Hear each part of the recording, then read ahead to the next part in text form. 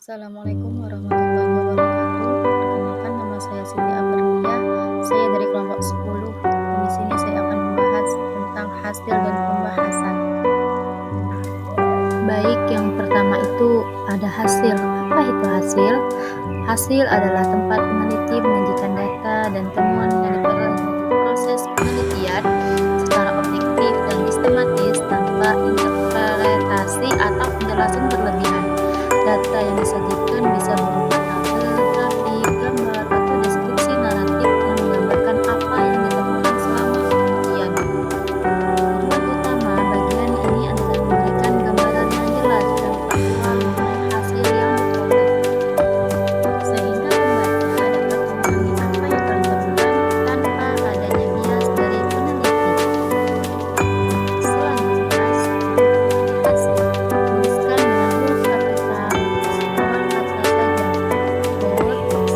Seperti bagian yang lain tidak diberikan nomor, huruf yang bulat. Bahasa asing, bahasa daerah dan istilah yang tidak baku dicetak dengan huruf miring. Bagian hasil dan pembahasan menjadikan hasil penelitian. Hasil penelitian disajikan dengan lengkap dan sesuai dengan ruang lingkup penelitian. Hasil penelitian dapat dilengkapi dengan tabel, grafik, atau gambar dan atau bagian tabel dan gambar diberikan nomor dan judul hasil dan analisis kata dimaknai dengan benar.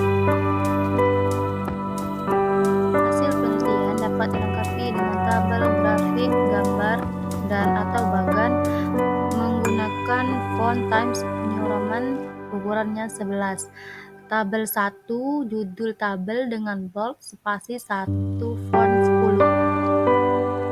Jika ada anak subjudul lainnya di hasil, tuliskan dengan huruf kapital di awal kata saja.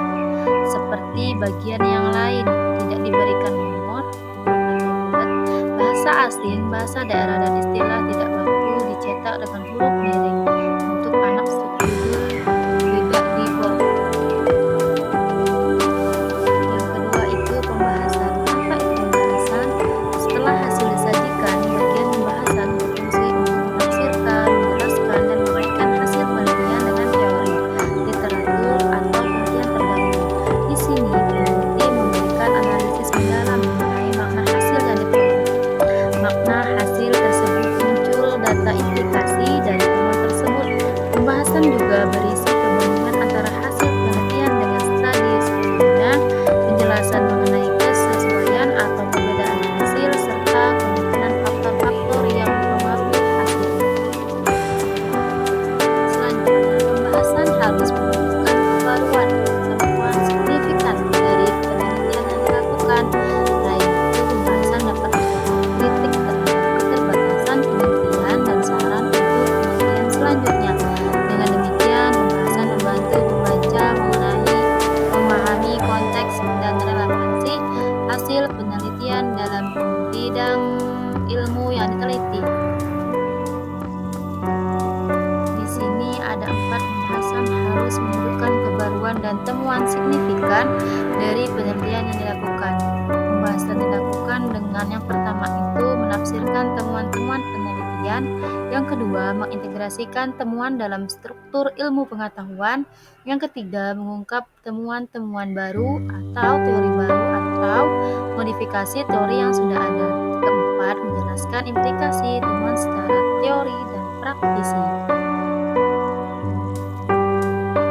Menurut resmi Elsevier, dijelaskan beberapa panduan praktis dalam cara menuliskan